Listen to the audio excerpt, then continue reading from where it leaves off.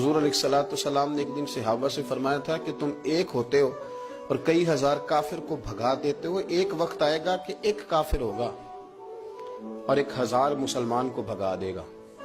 اس بیماری کو خاص توجہ سے سننا اور اس کی وجہ بھی سننا کہ بیماری پھیلتی کیسے، بس اس بات کو کبھی نہ بھولنا، یہ نفع دے گی۔ کہا ایک کافر 1000 مسلمان کو آگے لگا کے بھگائے گا، کیونکہ وہ پاک طیب طاہر دلوں والے لوگ تھے۔ وہ بول پڑے یا رسول اللہ صلی اللہ علیہ وسلم کیوں ایک کافر 1000 مسلمان کو بھگا ڈالے گا؟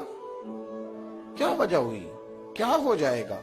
2 جملے میرے نبی کریم اور بات ختم کر دی، 2 جملے فرمایا تمہیں وہن ہو جائے گا، وہم نہیں وہن، واو ہا نون، تمہیں وہن ہو جائے گا۔